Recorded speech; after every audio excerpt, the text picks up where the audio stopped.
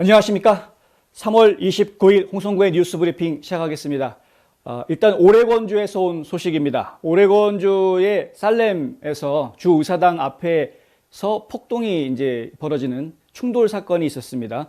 아주 중무장한 100여 명의 안티파 조직원들이 지나가고 있던 차량, 트럭들한테 막 던진 거죠. 페인트 스프레이하고 페인트가 들어있는 풍선을 던져서 이 유리창에 닿으면 터지면서 페인트가 창문에 쫙 퍼지게 그렇게도 하고 돌을 던지기도 하고, 심지어는 나무까지, 큰 나무까지를 던져가지고 그것이 앞 유리창을 관통을 해서 조수석에 꽂히는 이런 일까지도 벌어지고 상당히 위험천만한 일들이 벌어졌습니다.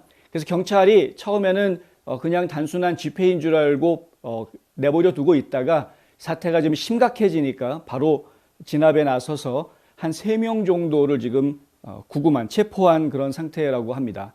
내용을 좀 알고 봤더니 처음 발단은 이렇습니다. 처음에 시작은 샌디라는 도시에서 출발을 해서 이 살렘이라는 곳까지 이 트럼프 지지자들, 이 보수주의자들이 랠리를 한 겁니다. 그러니까 나름대로 그들도 이제 시위를 벌인 것인데요. 일종의 이제 프리덤 랠리라는 이름으로 해서 차량에다가 트럼프 지지한다라는 깃발 같은 거 쫙 달면서 여러 대의 차량들이 동시에 이동하는 카라반 스타일의 랠리를 지금 한 것이죠. 예전에도 여러분 많이 보신 적이 있었을 텐데 바로 그러한 이제 시위를 벌였던 겁니다.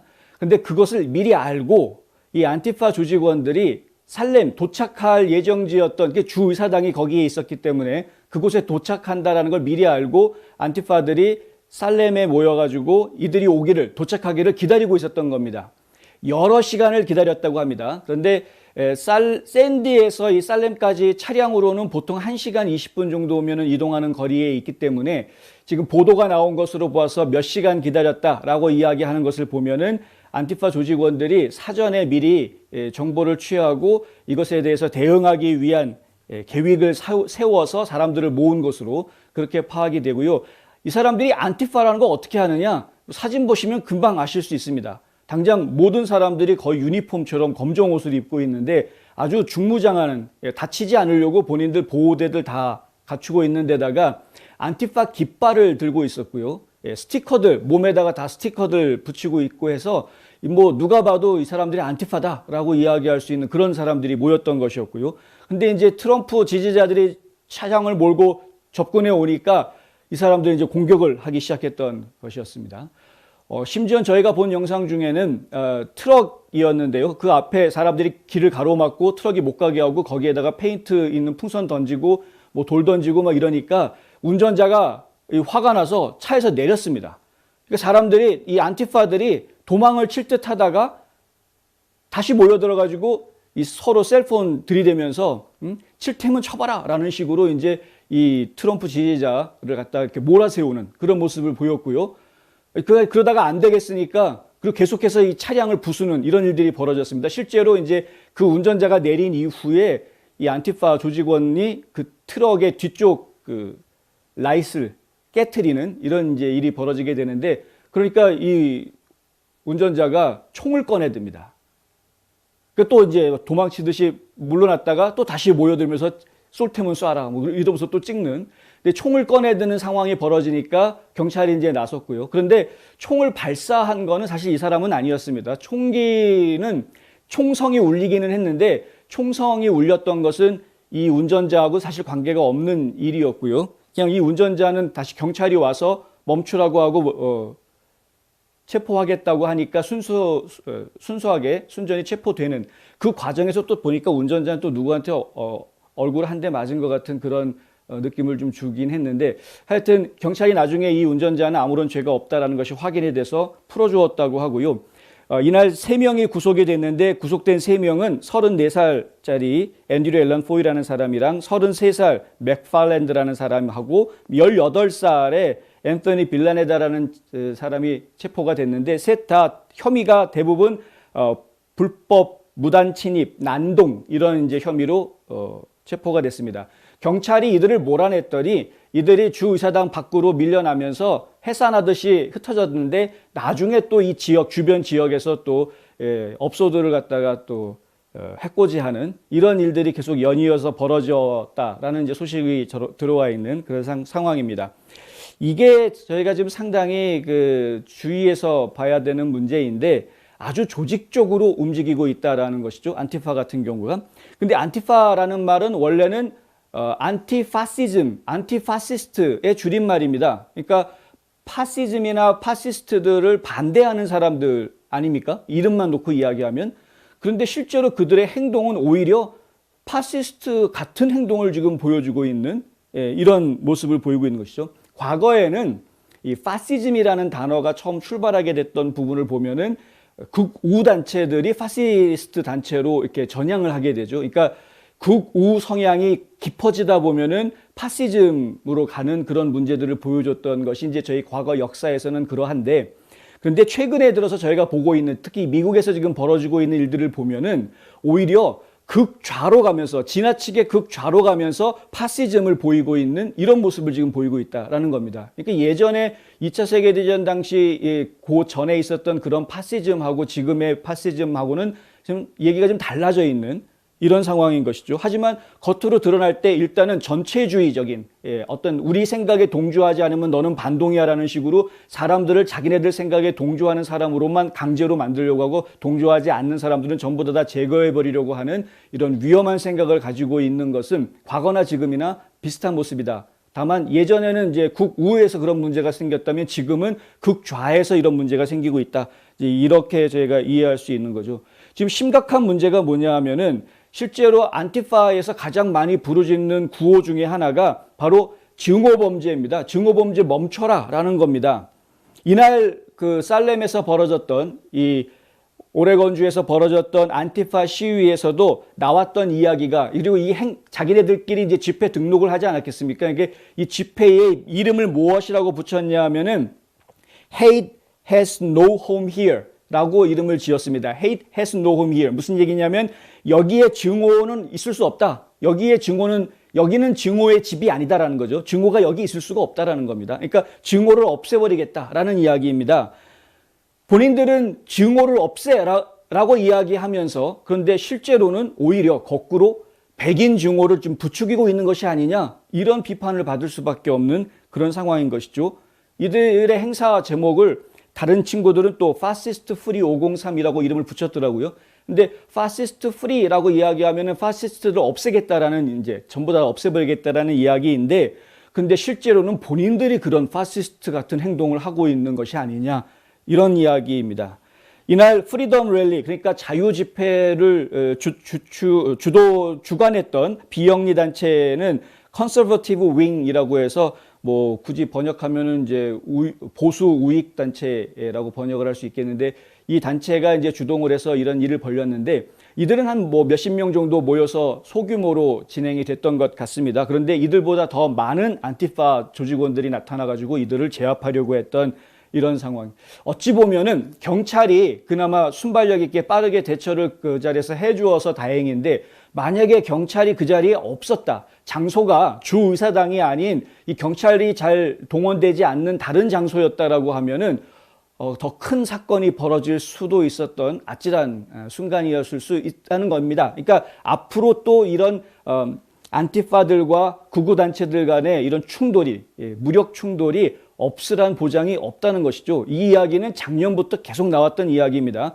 민병대들이 나오면서 안티파들이 계속해서 뭐 블랙 라이브스 매터하고 같이 밤마다 불 지르고 약탈하고 이제 이 폭동을 일으키고 있는데, 경찰이 그것을 제대로 제어하지 못하니까 민간인들이 나서지 않았습니까? 그 구구단체들이 중심이 돼서, 야, 우리가 우리 생명, 우리 먹거리를 지켜야 되겠다, 우리 사업체 우리가 지켜야 되겠다 해서 본인들이 직접 무장하고 민병대로 해서 나오지 않았었습니까?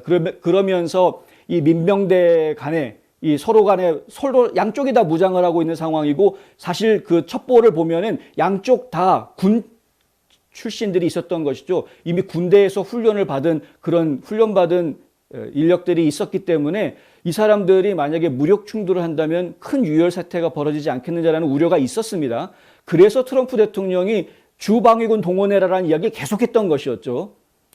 왜냐하면 이 사람들이 경찰만으로는 도저히 진압할 수 있는 그런 상황이 아니었기 때문에 경찰들보다 오히려 더 무기를 잘 다루는 사람들이 그 안에 있었기 때문에 결국에는 대통령 입장에서는 이런 상황이라면 주방위군을 동원해서라도 진압을 해라 이렇게 이제 이야기했던 것이고 언제든 요청하면 보내주겠다 이렇게 얘기했던 거였죠. 그랬는데 민주당이 집권하고 있는 지역에서는 끝내 이 주방위군 동원을 요청을 하지 않았었습니다. 당시에는 이 트럼프 대통령이 이 집권하고 있었을 당시에는 민주당 주지사들이나 민주당 시장들은 이 트럼프한테 주방위군 지원해달라 이런 요청을 잘 안 했습니다. 그렇다 보니까 지금 오레곤주라든가 워싱턴주 같은 경우에는 이 폭력 사태가 계속해서 발생을 할 수밖에 없었던 이런 이제 문제가 있었죠. 지금 이 안티파 조직들도 사실은 지금 오리곤주하고 워싱턴주에서 가장 활발하게 움직이고 있는 것으로 그렇게 지금 파악이 되고 있습니다. 이거 주방위군 동원해서라도 이 사람들이 더 이상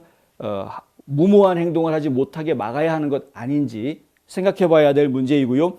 그리고 한 가지 더 생각을 저희가 했으면 하는 부분은 아시안 증오범죄 이야기가 자꾸 나오고 있는데 아시안 증오범죄라는 그 부분도 결국은 누군가가 자꾸 이것을 부추겨서 이 인종 증오범죄라는 카테고리로 전부 다 묶으려고 하는 것 아니냐. 블랙 라이브스 매터 운동이라든가 이 안티파 운동하고 이 아시안 증오범죄하고 이거를 갖다가 전부 다 묶어가지고 하나의 거대한 백인 증오단체 그룹으로 만들려고 하는 것은 아니냐 하는 우려가 나올 수밖에 없는 그런 상황입니다. 이거 저희가 지금 신경 써야 되는 문제입니다.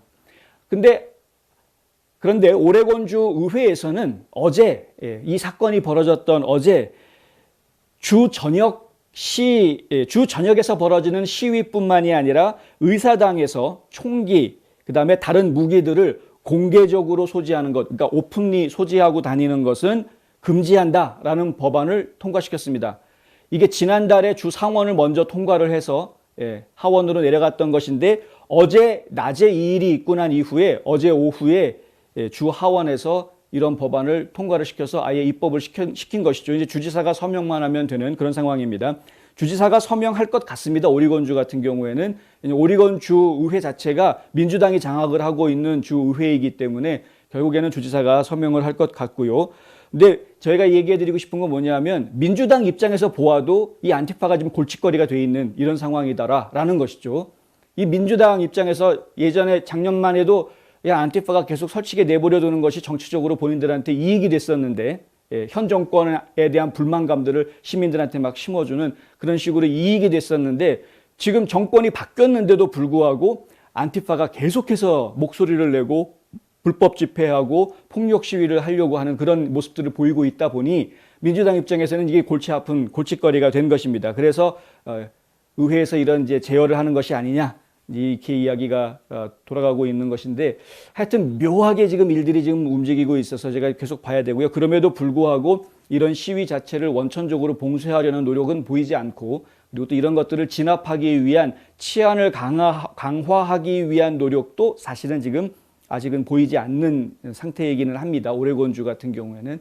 그래서 조금 더 저희가 추이를 지켜봐야 하겠지만 계속 말씀드리는 논조는 이겁니다. 결국에는 민주당이 부추겨서 인종차별에 대한 이 앙금, 갈등을 더 자꾸 키우려고 하는 것이 아니냐라는 우려가 지금 커지고 있다. 그 타겟이 결국에는 백인 우월주의를 타겟을 하고 있는 것이고 백인 우월주의라고 겉으로는 이야기하지만 실제로는 그것이 트럼프하고 연결이 되는 것이고요. 결국에는 그것이 보수 진영 전체에 영향을 주게 되는 이런 정치적인 선동으로 지금 저희가 이해할 수 있는 부분이 계속 있기 때문에 상당히 염려가 된다라는 말씀을 지금 드리는 것입니다.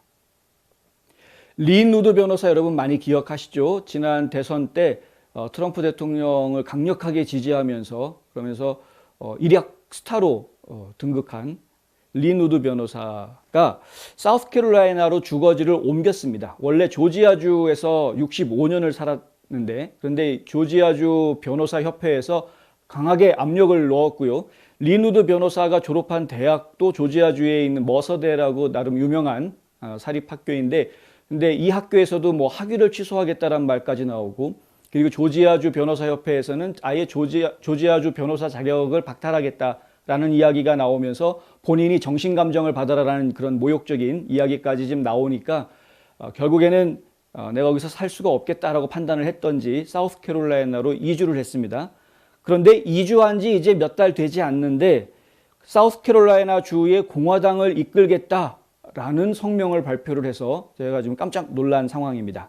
사우스캐롤라이나주 공화당이 뭔가 지금 일을 잘못하고 있다라고 지금 지적을 하고 있는 것입니다. 그러니까 공화당이 뭘 일을 잘못했길래 지금 리누드 변호사가 이렇게 발끈하고 나섰느냐? 바로 호리 카운티라는 카운티의 공화당 조직을 이야기하면서 이 얘기가 나오는데요. 호리 카운티의 카운티 공화당 조직이 재정비되면서 새로운 카운티 공화당 의장을 선출을 하는데 25살짜리 이 주하원 의원을 갖다가 낙하산처럼 갖다 꽂았다라는 이야기입니다. 결론적으로 말씀드리면 이래서는 안 된다는 것이죠. 이래서는 안 된다. 그러니까 주 공화당이면 주 공화당답게 주 레벨에서 할 수 있는 일들을 해야 되는 것이고, 카운티 레벨에서 벌어지고 있는 일에 이 주에 있는 공화당이 간섭하면 안 된다. 그러니까 카운티 공화당의 상위 개념으로 군림하려고 하면 안 된다라는 것이죠. 이건 똑같습니다. 연방정부와 지방정부 간의 갈등하고도 똑같은 것인데 주정부는 주정부대로 자치권을 가지고 알아서 운영이 되고 있는 것입니다. 그런데 이 주정부에 대해서 연방정부가 이래라 저래라라고 간섭하게 되면 주정부에서는 그거를 받아들일 이유가 사실 없는 그런 것입니다. 그러니까 주정부는 연방정부의 회원인 것이죠. 그런데 그 개념을 놓치고 만약에 그 회원들한테 이 집행부가 군림하려고 하면 이것은 문제가 되는 것이다. 그건 잘못된 것이다. 집행부는 회원들을 위해서 일하는 서비스를 제공을 해야 되는 사람들이지 그 사람들 위에 군림해서 이래라 저래라 명령하는 사람들이 아니라는 겁니다.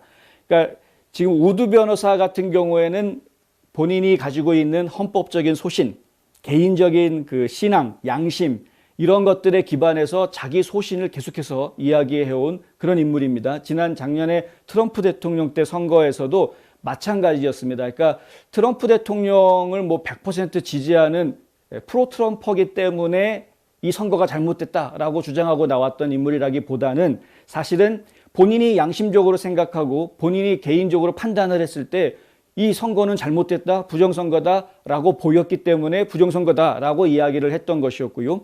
근데 그것은 결과적으로 트럼프 대통령과 같은 노선이었기 때문에 리누드 변호사는 트럼프 대통령의 변호사냐라는 것으로 이제 묶어서 이해하려고 했던 사람들이 많았던 것이죠.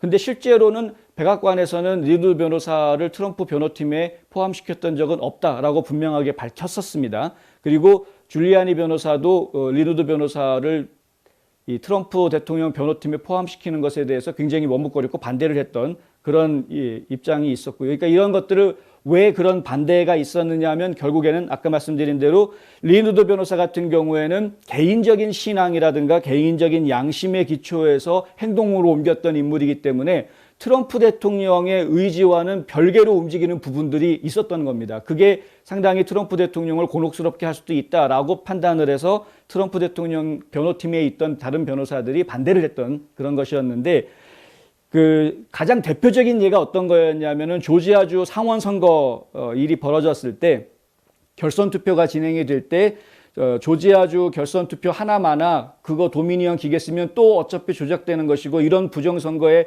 우리가 휘둘려서는 안 된다. 선거를 거부해라 라고 주장을 했었습니다. 리누드 변호사 같은 경우에는. 그런데 트럼프 대통령 같은 경우에는 한 명이라도 더 나와서 투표해라 라고 계속 투표를 독려를 했었죠.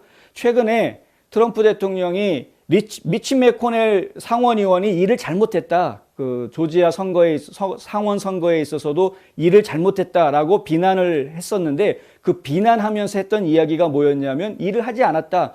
민주당 쪽에서는 2,000불 주겠다고 하는데 그런데 지금 공화당 쪽에서는 겨우 600불 주겠다고 얘기하는 이런 식으로 맞대응을 했으니 그것이 과연 이게 선거에 도움이 됐겠느냐? 그러니까 제대로 일 처리하지 못했다. 많은 사람들이 투표에 나오지 않게 기가 꺾이게 만드는 일을 해버렸다. 이제 이런 주장을 펼쳐서 결국에는 미치 매코넬이 지도력을 잘못 발휘했다라고 지적을 했었는데 그럼에도 불구하고 트럼프 대통령이 리누드 변호사 보고 뭐 일 잘했다 못했다 이런 이야기 일체 언급한 적은 없습니다만 하지만 어쨌든 리누드 변호사는 당시에 트럼프 대통령의 뜻과는 다르게 투표하러 나오지 말아라고 이야기를 사람들한테 했었던 그런 상황이었던 겁니다. 이게 이제 가장 대표적인 예인데 나름대로 리누드 변호사는 본인이 생각하는 옳은 것을 실천해 나가는 사람이다. 지금 사우스캐롤라이나 주에서도 마찬가지 행보를 벌이고 있는 것입니다. 지금 보니까 공화당을 보았더니 주 공화당이 카운티 공화당 의장을 자기네들이 막 낙점해가지고 갖다가 심어놓고 이런 식으로 일을 하는, 이건 도대체가 용납할 수 없는 일이다. 이제 이렇게 해서 사우스캐롤라이나 주 공화당 의장 내가 하겠다, 이렇게 출마 선언을 한 그런 이제 상황입니다. 이것이 저희가 좋게 이야기하면은 어떤 그 엘리트주의, 정치인들 중에서 이제 엘리트주의에 빠져 있는 정치인들을 몰아내고 쇄신하겠다, 개혁을 일으키겠다라는 의미로 봐서는 상당히 좋은 의미가 될 수는 있습니다.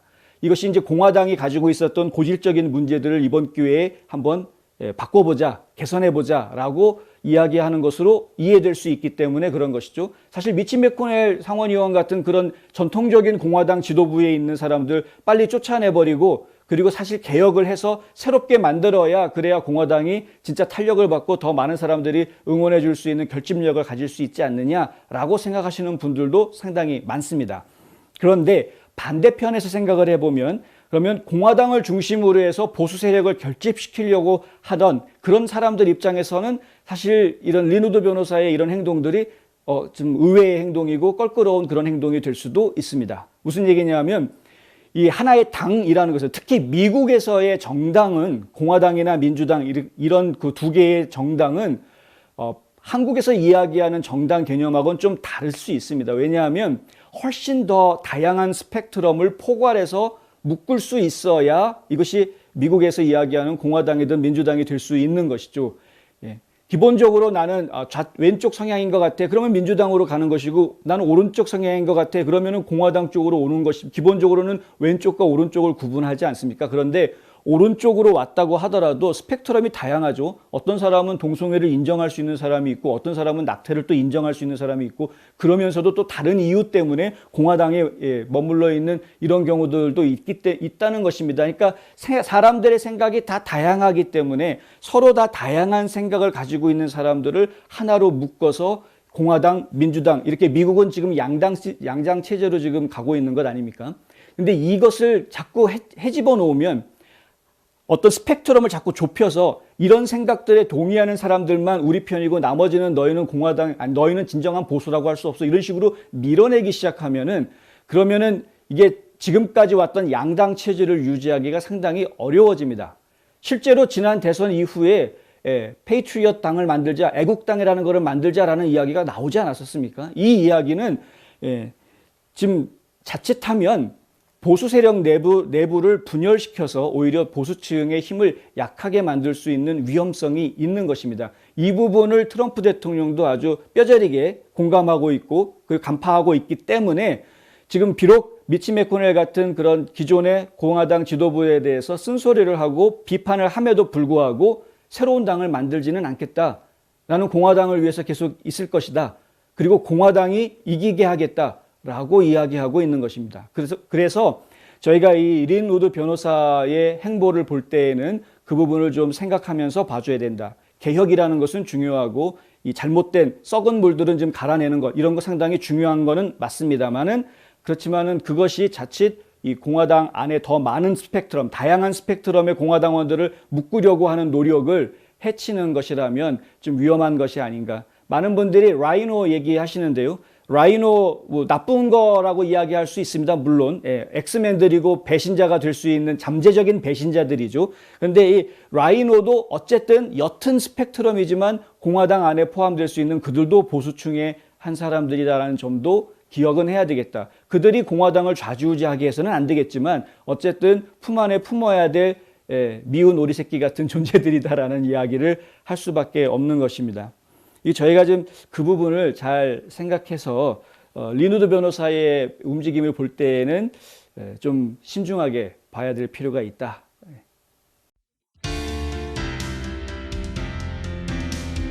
자동차를 사기 원하세요?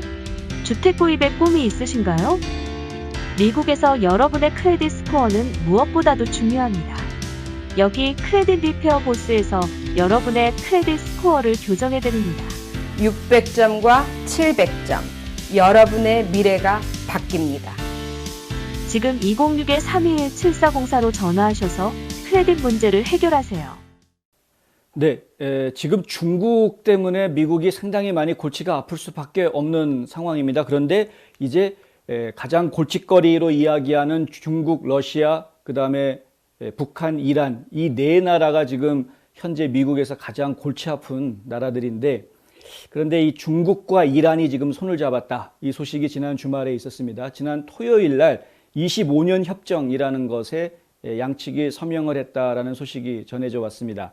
그런데 이번 협정이 이제 단순하게 경제 협력 정도가 아니라 정치, 안보까지도 다 묶어서 두 나라가 아주 똘똘 뭉치는 정말 동맹국이 되는 그런 협정을 지금 맺은 것이어서 저희가 관심 있게 봐야 되겠다. 기본적으로 간단하게 협정을 딱 줄여서 이야기하면은 25년 동안 이란에서 나오는 석유를 중국이 마음껏 가져갈 수 있게끔 그렇게 보장해주는 이런 상황을 만들고, 그 대가로 중국에서는 4천억 달러를 이란에다가 투자하는 이런 내용입니다. 이제 간단하게 이야기하면 그런데 그 실상은 상당히 복잡할 수밖에 없는 그런 것인데요.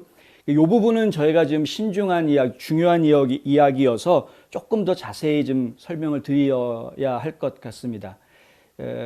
장화라는 그 이란 주재에 있는 중국 대사가 어떤 이야기를 했냐 하면은 이슬람국에서 석유를 사들이는 나라는 중국뿐이다.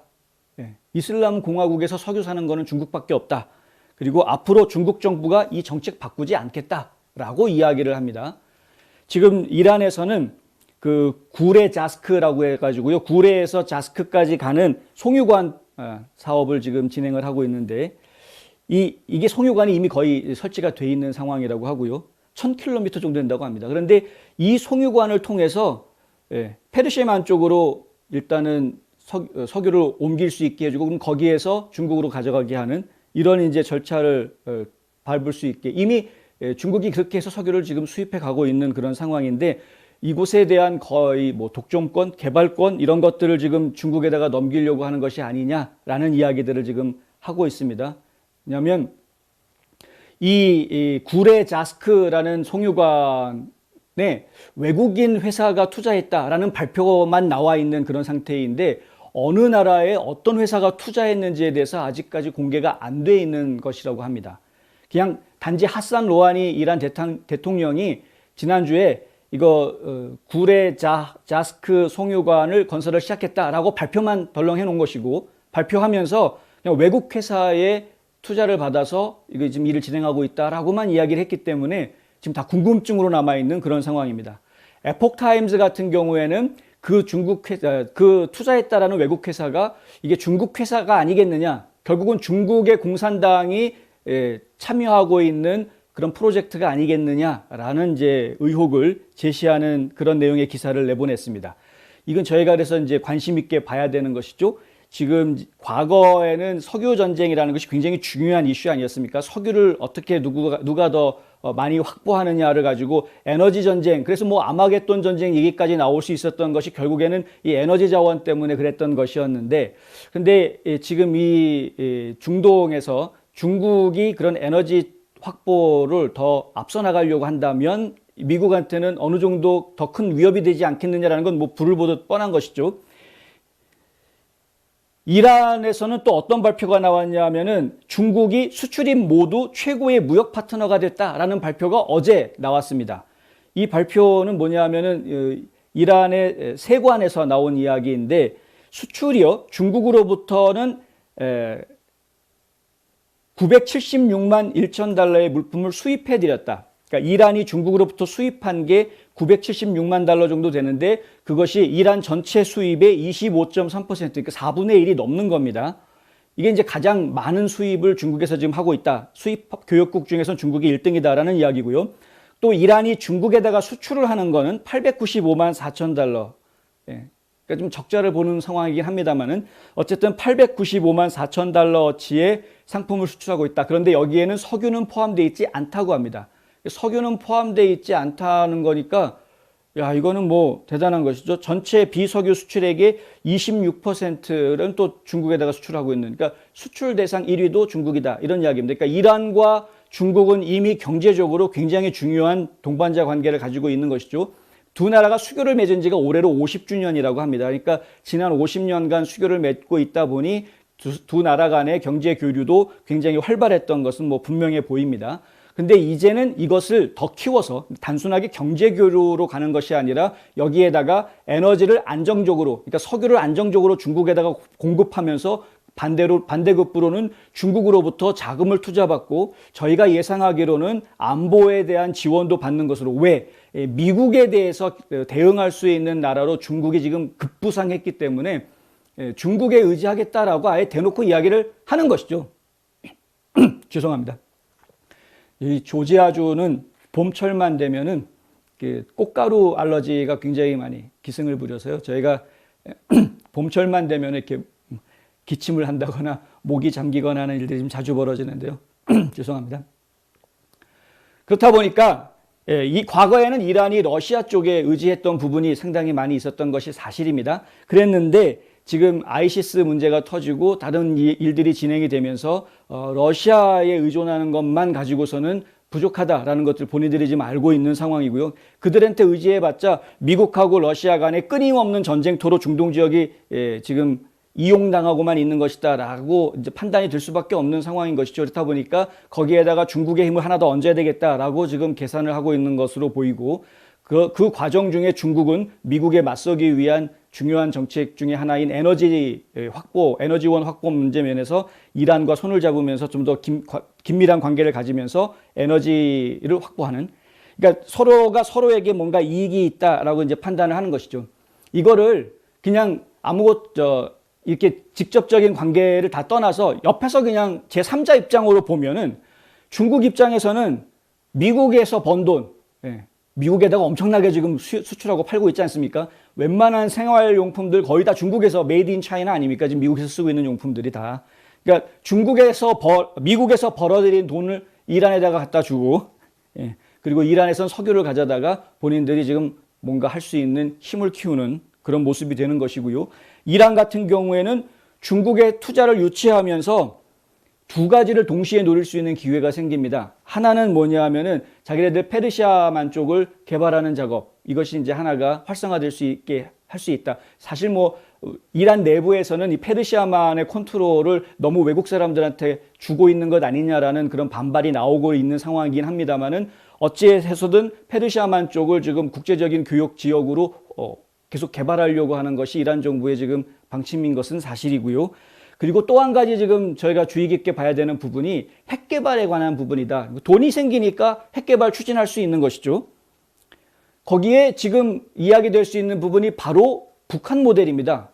북한 같은 경우에는 미국의 엄청난 제재, 유엔의 엄청난 제재를 받고 있으면서도 핵을 개발해냈습니다. 이거는 제재 없이 개발한 것이 아니라 제재를 했음에도 불구하고 개발을 한 것이죠. 제재 강도를 아무리 높여도 이들은 계속해서 뭔가 개발을 하죠. 그래서 지금 뭐 ICBM, SLBM 거의 다 완성 단계 아닙니까? 그러니까 뭐 지금 다탄두 미사일을 미국 본토 어디에든 보낼 수 있다. 이렇게까지 지금 이야기가 되고 있는 그런 상황이고, 정밀 타격을 위한 뭐 어쩌고저쩌고 이런 말이 나올 정도까지 지금 발전해 가고 있는 것이죠. 이란도 그걸 옆에서 봤단 말입니다. 처음에 핵 개발을 시작했던 시점은 거의 비슷했는데 이란은 미국과 협상하면서 주춤하는 반면에 북한은 이래저래 협상하자 말자 왔다 갔다 하면서 계속해서 핵을 개발을 해낸 것이죠. 이란 입장에서 보았을 때 북한이 저렇게 미국의 그리고 유엔의 압박을 받으면서도 끝내 그 핵을 개발해낼 수 있었던 그 힘이 어디서 나왔을까? 중국이었던 겁니다. 결론적으로 얘기하면. 중국이 도와줬으니까 됐지, 이런 것이죠. 예를 들어서 유엔 제재가 가해지고 미국에서 트럼프 대통령이 아주 심하게 제재를 가했을 때 가장 먹거리가 문제가 됐었습니다. 북한 상황에서는 당장 나눠줄 쌀도 없고 먹고 살 것이 없다. 근데 그 먹거리 쌀이 어디에서 들어왔느냐? 북한에서 만들어진 쌀만 가지고는 턱없이 모자랐는데 다 중국에서 들어온 거죠. 중국에 있었던 이 삼성에서, 세계성에서 북한으로 들어왔던 겁니다. 그러니까 미국도 그렇고 유엔에서 따졌습니다. 아니 왜 중국에서 나오는 쌀 왜 자꾸 북한으로 보내느냐? 그 교역하지 말라고 그러는데 왜 자꾸 교역하느냐? 이렇게 따졌습니다. 그런데 중국 정부에서 뭐라고 대답했냐 하면 그거는 각 성에서 자치구에서 한 일이기 때문에 연방정부인 우리 중국 정부가 어떻게 할 수가 없는 문제다. 이렇게 꼬리를 뺐습니다. 어찌됐든 결론적으로는 중국이 북한을 계속해서 버틸 수 있게 도와줬던 이런 상황이었던 것이죠. 그러니까 지금 이란에서 보아서는 이것이 어쩌면 우리가 핵을 완성시켜서 미국에 대항할 수 있는, 그리고 미국이 자기네 나라를 함부로 하지 못하게 만들 수 있는 하나의 새로운 길이 되지 않겠느냐라는 힌트를 얻었을 가능성이 상당히 큰 부분인 것이죠. 그래서 사실 지금 중국과 이란의 이 결속이라는 것은 단순하게 경제 개발 혹은 석유 수출 이 정도 선에서 이야기가 끝나는 것이 아니라 이란 입장에서는 핵 개발로 연결시키려고 하는 의지를 강하게 지금 가지고 있는 것이고, 중국 입장에서 볼 때는 이 미국에 대항하는 세력을 좀 더 크게 확산시키려고 하는 그런 모습으로 저희가 이해할 수밖에 없는 그런 것입니다. 계속해서 중국과 러시아 같은 경우에는 유엔 내에서도 미국이 어떤 주장을 할 때 그 주장에 반대하는, 그리고 약소 국가들의 편을 들어주는 것 같은 그런 모습들을 자주 보여왔습니다. 그렇게 함으로써 본인들이 챙겨 먹을 수 있는 것들을 다 챙겨 먹어왔던 것인데, 이것이 지금 트럼프 대통령 때는 사실 좀 잘 진행이 되지 않았던 것이었고, 그 전에도 사실 이런 움직임은 쉽지 않은 것이었는데, 지금 바이든 행정부가 들어서고 난 이후에는 이 중국이나 러시아나 움직임이 굉장히 대범하게 움직이고 있다는 것을 제가 지금 바라보고 있는 것이죠. 특히 중국 같은 경우에는 아예 그냥 대놓고 보란 듯이 지금 움직이고 있는 겁니다. 아예 이제 세계는 양강구도다. 중국과 미국. 과거 소련과 미국이 그렇게 둘이 으르렁거렸던 냉전 시대를 떠올리게 할 정도로 지금 중국은 강한 자신감에 지금 차 있는 그런 상황이라고 볼 수 있는 겁니다. 그래서 저희가 이 이란 문제에 좀 더 관심을 좀 가질 수밖에 없다라는 것이죠. 저희가 이런 생각을 할 수밖에 없는 게, 사실 바이든 행정부 들어서서 이란 문제 얘기가 나왔을 때 그 이란이 단계별 핵 합의의 협상에 응하고 이행을 하면, 실천을 하면은 그럼 미국도 그에 응해서 순차적으로 제재를 해제해 주겠다, 이런 이야기를 했었습니다. 그런데 이란에서 그거 거부했죠. 재밌는 거는 이란은 우리는 대화에 열려 있다라고 항상 이야기를 하면서, 그러면서 실제로 미국 측에서 그러면은 이렇게 하면은 우리가 제재 풀어줄게라고 이야기하면 그거는 또 거부합니다. 자기네 말을 들어라라는 이야기를 하는 것이죠. 이게 전에 북한에서 썼던 방법하고 아주 비슷합니다.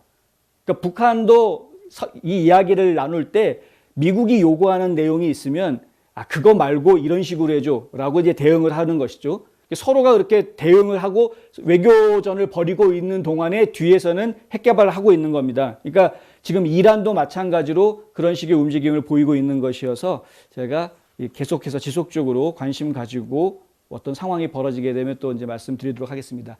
저는 이 석유 문제 나오니까 또 말씀을 드리는데, 미국에서 지금 얼마든지 퍼낼 수 있는 석유가 충분한 양이 있었고 또 수출을 할 정도로 충분한 석유가 있다는 걸 저희가 알고 있음에도 불구하고 이거 시추하는 거를 지금 못하게 하고, 그리고 오히려 지금 그린 에너지 이야기하면서 에너지원이 지금 부족해지는, 지금 당장 에너지원이 부족하니까 지금 원유를 수입해 와야 된다라는 그런 상황에 처해져, 이런 상황을 지금 만들어내고 있는 그 바이든 행정부가 이게 과연 일을 제대로 하고 있는 것인가 묻지 않을 수 없는 그런 상황이다 것이죠.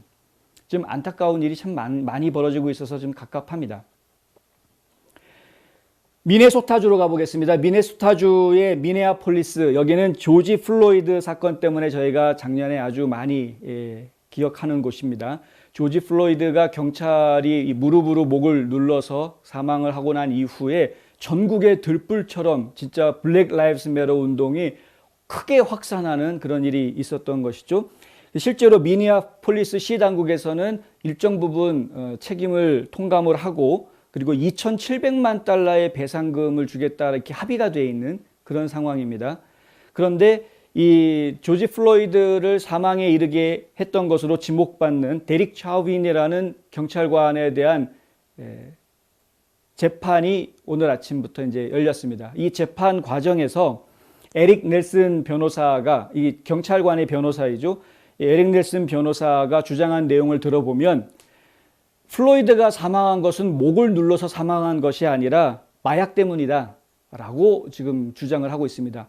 이렇게 이야기하는 것으로 보아서는 무죄를 주장하는 것 같은 그런 느낌을 줍니다. 아직 변호인 심리가 다 끝나서 저희 얘기를 듣는 것은 아닙니다만 어쨌든 지금 무죄를 주장하는 방향으로 가고 있는 것 아닌가라는 생각이 들고 있고요. 지금 변호사가 법정에서 제시한 여러 가지 증거 자료들을 놓고 이야기하면 일단은 그 동영상, 9분짜리 동영상을 보여주는데 그 동영상을 보면은 사건이 벌어지기 직전의 상황들을 좀 보여주고 있습니다. 그러니까 조지 플로이드가 뭔가 시장에 가가지고 왔다 갔다 하고 뭔가를 이제 약에 취한 듯한 그런 모습들을 좀 보여줬다라는 거. 그리고 조지 플로이드 같은 경우에는 그 위조 지폐를 20달러짜리 위조 지폐를 사용했다라는 그런 이제 정황들이 있었다라는 것이고요. 이 20달러 위조 지폐는 사실 미국 행정부에서 굉장히 위험하게 생각하는 것입니다. 왜냐하면 100달러짜리 위조 지폐는 이 100달러짜리 지폐 자체가 유통되는 양이 그다지 많지 않기 때문에 그 위조 지폐가 생긴다고 해도 그렇게 경제적으로 큰 영향을 주지는 않을 것이다. 이렇게 보고 있는데 20달러짜리 위조 지폐는 위험할 수밖에 없는 게 너무나 흔하게 쓰이는 지폐이기 때문에 그런 것이죠. 100달러짜리 지폐에 비교가 안 될 정도로 엄청나게 많은 양이 쓰이고 있기 때문에 20달러짜리 위조 지폐가 전국에 유통이 된다 그러면 이거는 전체적으로 현실 경제를 무너뜨리는 아주 위험한 일이 되는 겁니다. 그래서 오히려 더 큰 범죄로 생각을 할 수 있는 것인데 이 20달러짜리 위조 지폐를 사용했다라는 정황이 있다. 참 그렇고요.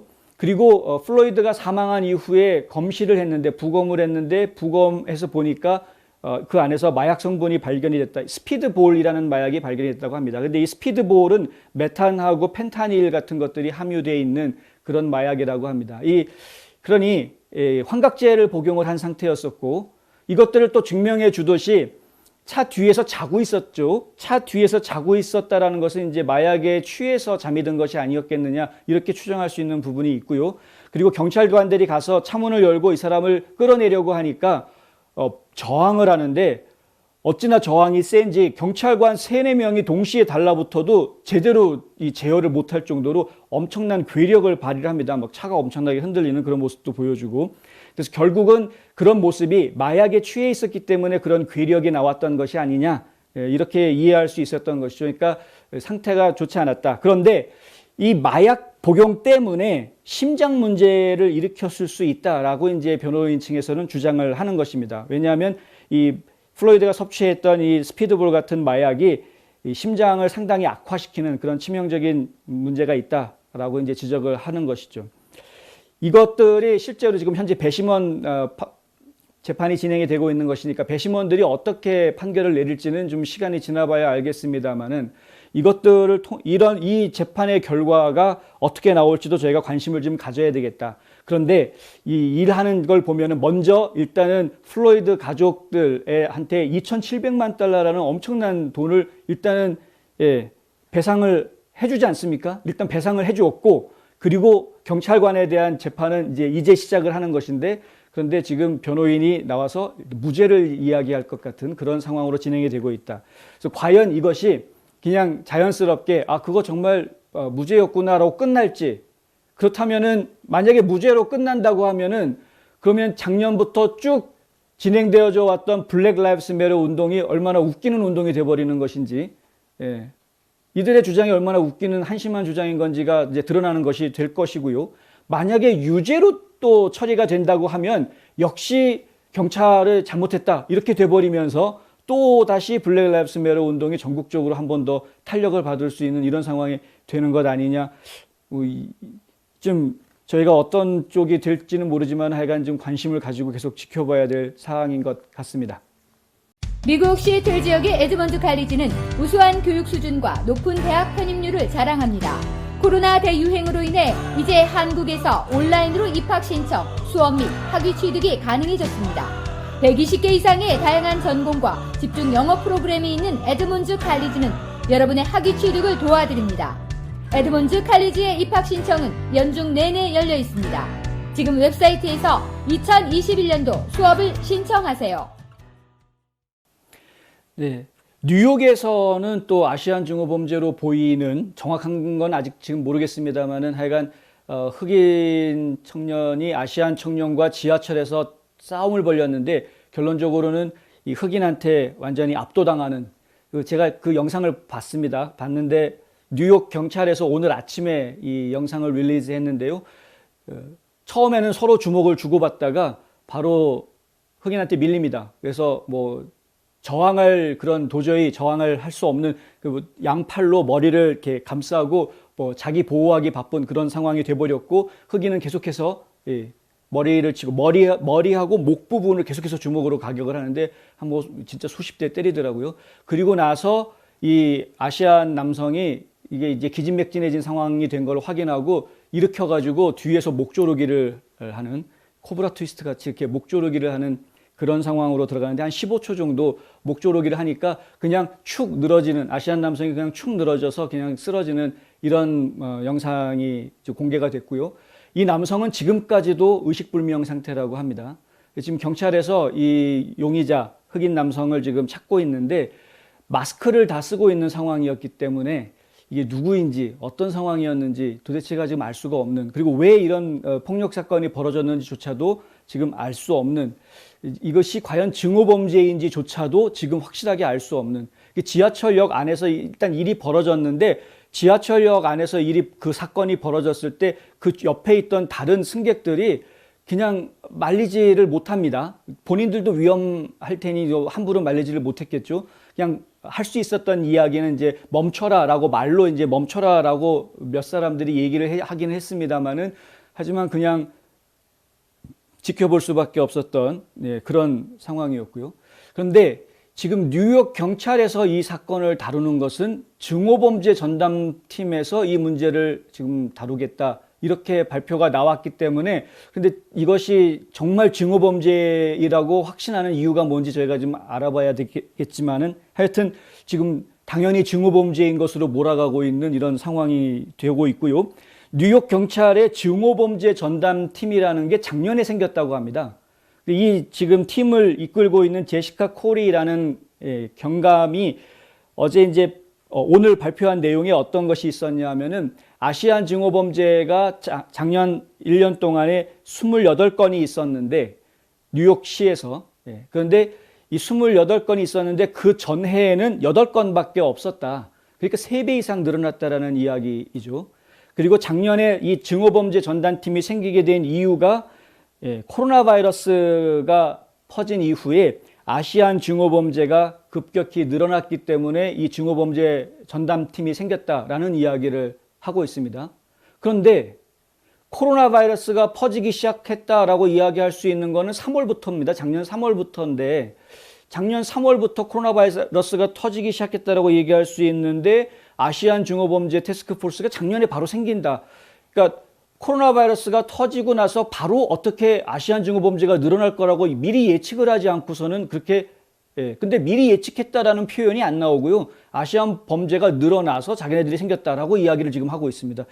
순서가 도대체 어떻게 된 건지 지금 저희가 혼란스러울 수밖에 없는 그런 상황입니다. 저희가 볼 때는 미리 예측하고 만들었다고 말을 해야 이게 시간 프레임이 맞을 것 같은데, 뭐 경찰 당국은 그렇게 얘기를 하지 않으니 저희가 뭐 할 말은 없습니다만은, 어쨌든 지금 한 1년 전부터 이 증오범죄 전담팀이라는 것이 뉴욕에 생겼다고 하고요. 그리고 지금 이 수사도 증오범죄팀에서 하겠다.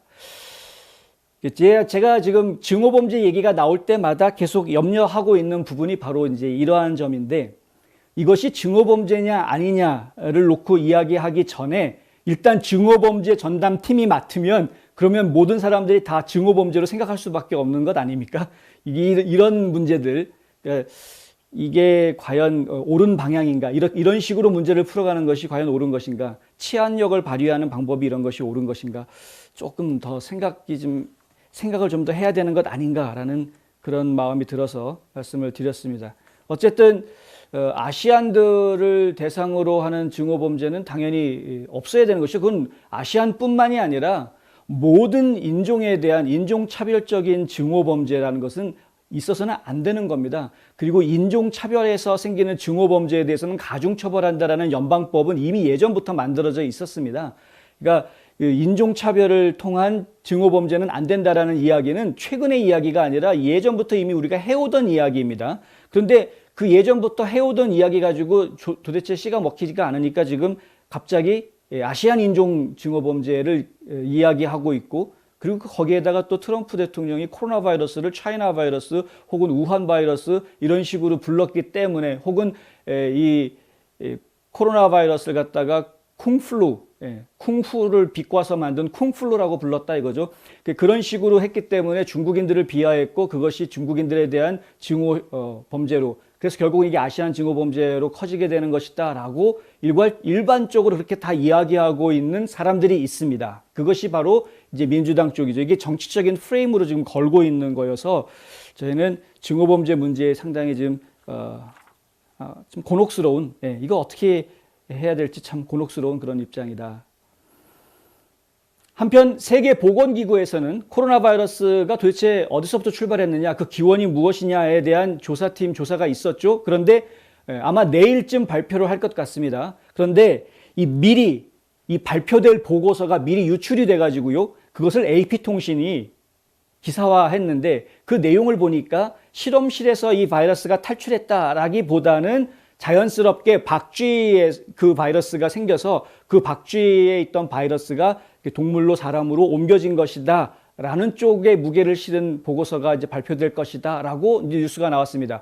이 이야기를 접하고 당장 지금 미국에서는 민주당뿐만이 아니라 공화당까지 양당이 다 한마음이 돼서 이거 WHO 세계보건기구 발표 믿을 수가 없다, 이제 이렇게 비난하는 그런 목소리가 지금 나오고 있습니다. 그럴 수밖에 없는 게 WHO가 17명의 연구진을 보내서 이 조사를 벌였는데 이 조사 벌이는 모든 일거수일투족을 중국 정부의 감시 하에서 움직였다라는 것이죠. 그리고 중국 정부가 이걸 허가를 해줬다라는 말이 나옵니다. 그러니까 중국 정부의 허가가 없었으면은 뭘 할 수가 없는 그런 상황에서 조사가 이루어졌던 것이고, 그래서 발표도 보면은 WHO와 중국 정부의 공동 발표로 이 발표문이 나오게 됩니다.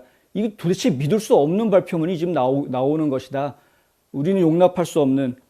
미국 같은 경우에는 3천만 명 넘는 사람들이 코로나 바이러스에 감염이 됐고 55만 명의 목숨을 앗아간 그런 바이러스인데 가장 큰 피해자입니다, 미국이 사실. 그런데 이 코로나 바이러스의 기원에 대해서 이렇게 부실하게, 그리고 지금 가장 의심받고 있는 사람들이 그 기원을 이야기하는 발표를 한다라는 것을 우리가 그걸 그냥 바보같이 가만히 앉아서 듣고 그게 맞구나 그리고 끄덕거리고 넘어가야 되느냐, 말도 안 되는 이야기죠. 이런 식이기 때문에 트럼프 전 대통령이 WHO 탈퇴하겠다라고 이야기했던 겁니다. 1년에 5억 달러 넘는 그런 분담금을 주었었던 단체인데 미국이 제일 많은 분담금을 냈던 단체 아닙니까? 그런데 그게 나오겠다 이런 식으로 일하면은 이거는 국제기구가 아니라 중국 정부의 그냥 하수인 역할만 하고 있는 그런 단체다, 이렇게 판단했던 것이죠. 그런데 바이든 행정부 어땠습니까? 당선되자마자 바로 WHO 재가입했죠. 미국이 돌아왔다라는 말을 하고 계시는데 돌아온 건지 돌겠는지 잘 모르겠습니다. 브라이언 캠프 조지아 주지사는 스테이시 에브람스에 대해서 지금 맹비난을 하고 있는 이야기를 어제 브라이트바트와의 인터뷰에서 했다라는 이야기고요. 브라이트바트에서 한 인터뷰 내용의 핵심은 저희가 볼 때는 이렇습니다. 당연히 스테이시 에브람스와 브라이언 캠프 주지사 간에는 둘은 앙숙이죠. 앙숙인데 좀 중요한 부분은 에이브람스가 하고 있는 말의 내용, 단어들, 이것과 바이든 대통령이 하고 있는 말의 내용, 단어, 이것이 다 일치합니다. 그러니까 짐크로법이다라고 비판하는 거가 둘이 다 똑같이 이야기한다는 것이죠. 바이든이 아시안 총격 사건 벌어졌을 때 그때 아틀란타에 방문을 합니다. 그때 커멀라 해리스랑 같이 방문을 하죠. 근데 이 둘이 방문을 하면서 희생자 유가족 만나줬습니까? 그 희생자들이 있었던 사건 벌어졌던 장소에 가봅니까? 아무것도 안 했습니다. 단지 한 거는 민주당 의원들, 민주당에 있는 주 의원들, 다 아시안 의원들 불러들여서 비공개로 회의하고 간 것. 그리고 스테이시 아브람스를 만나서 면담을 하고 갔죠. 그리고 나서 나온 이야기가 보면은 똑같이 짐크로법이다라고 하면서 똑같은 단어를 가지고 똑같이 공격을 하고 있는 겁니다. 그러니까 지금 전국에 있는 민주당 조직들과 이 백악관의 조 바이든 행정부와 사용하고 있는 단어가 같다라는 것은 결국은 그들이 지금 움직이고 있는 것이 하나의 프레임으로, 정치적인 것으로 다 틀이 짜여져 있어서 매뉴얼대로 움직이고 있는 것이다 라는 이야기를 좀 드리고 싶은 것이죠. 그렇기 때문에 이게 단순하게 여기는 여기 문제, 저기는 저기 문제 이렇게 이야기할 수 있는 게 아니고요. 지금 미국 내에서 벌어지고 있는 일들이 전체적으로 보면 다 얽혀져 있는 그런 문제더라라는 겁니다. 필리버스터 이야기도 여러분 기억해 주시면 좋겠습니다. 작년에 민주당에서는 327번이나 필리버스터를 써먹어 놓고 그 공화당에서 딱 한 번 써먹었는데 올해 공화당에서 필리버스터 한다고 저렇게 난리를 치면서 필리버스터 없애겠다라고 지금 발광을 하고 있는 이런 상황인 것이죠. 본인들은 작년에 327번이나 써먹었는데 1년에 327번 써먹었으면 이게 의회 회기가 뭐 매일 있는 것도 아니고 하루에 몇 번씩 지금 필리버스터 한 거 아닙니까? 본인들도. 그래 놓고서는 이제 와가지고서는 공화당이 필리버스터 한다고 필리버스터 없애겠다라고 이야기하는. 이러면 안 된다. 것이죠. 라라 트럼프 소식까지 저희가 전해드렸었는데 라라 트럼프가 노스캐롤라이나주의 연방 상원의원 선거에 출마할 것이라는 이야기는 많은 분들이 그렇게 이야기하고 있고 본인도 그럴 가능성이 있다라고 계속해서 말을 해왔던 것이기 때문에 언젠가는 출마할 것이라고 예상하고 있습니다. 그럼에도 불구하고 본인이 정치 활동을 벌리기 시작하면은 곧 그만둬야 하는 방송에 들어왔다. 이거는 이제 조금 저희가 무슨 이유일까라고 궁금증을 낳게 하는 부분이어서 뉴스로 전해드렸었습니다. 분명히 이제 본인이 상원의원 출마하겠다라고 하면 이 방송에서는 하차해야 되는데 얼마 가지 않아서 출마를 해야 되거든요. 그러니까 금방 하차할 것인데 왜 그 짧은 시간에라도 방송을 하겠다라고 나섰는지 그 부분 저희가 관심 있게 봐야 하겠다. 그런데 사실은 라라 트럼프만 그런 것이 아니라 이 전에 백악관 대변인을 했던 케일리 맥커네니도 그렇고 그 전에는 또 사라 샌더스도 그렇고 그러니까 결국에는 트럼프와 함께 일을 했던 트럼프 캠프에 있었던 사람들이 팍스뉴스와 아주 긴밀한 관계를 가지고 팍스뉴스에 출연해서 본인들의 목소리를 계속 내고 있다라는 부분들 이건 저희가 기억은 좀 해야 되겠다라는 이야기입니다. 트럼프 대통령은 뉴스맥스라든가 원 아메리칸 뉴스라든가 이런 언론 매체에 대해서 굉장히 높게 평가를 해주었음에도 불구하고 근데 그 트럼프 대통령과 실제로 일하고 있었던 다른 스태프들은 다들 팍스뉴스를 선택을 하고 있다.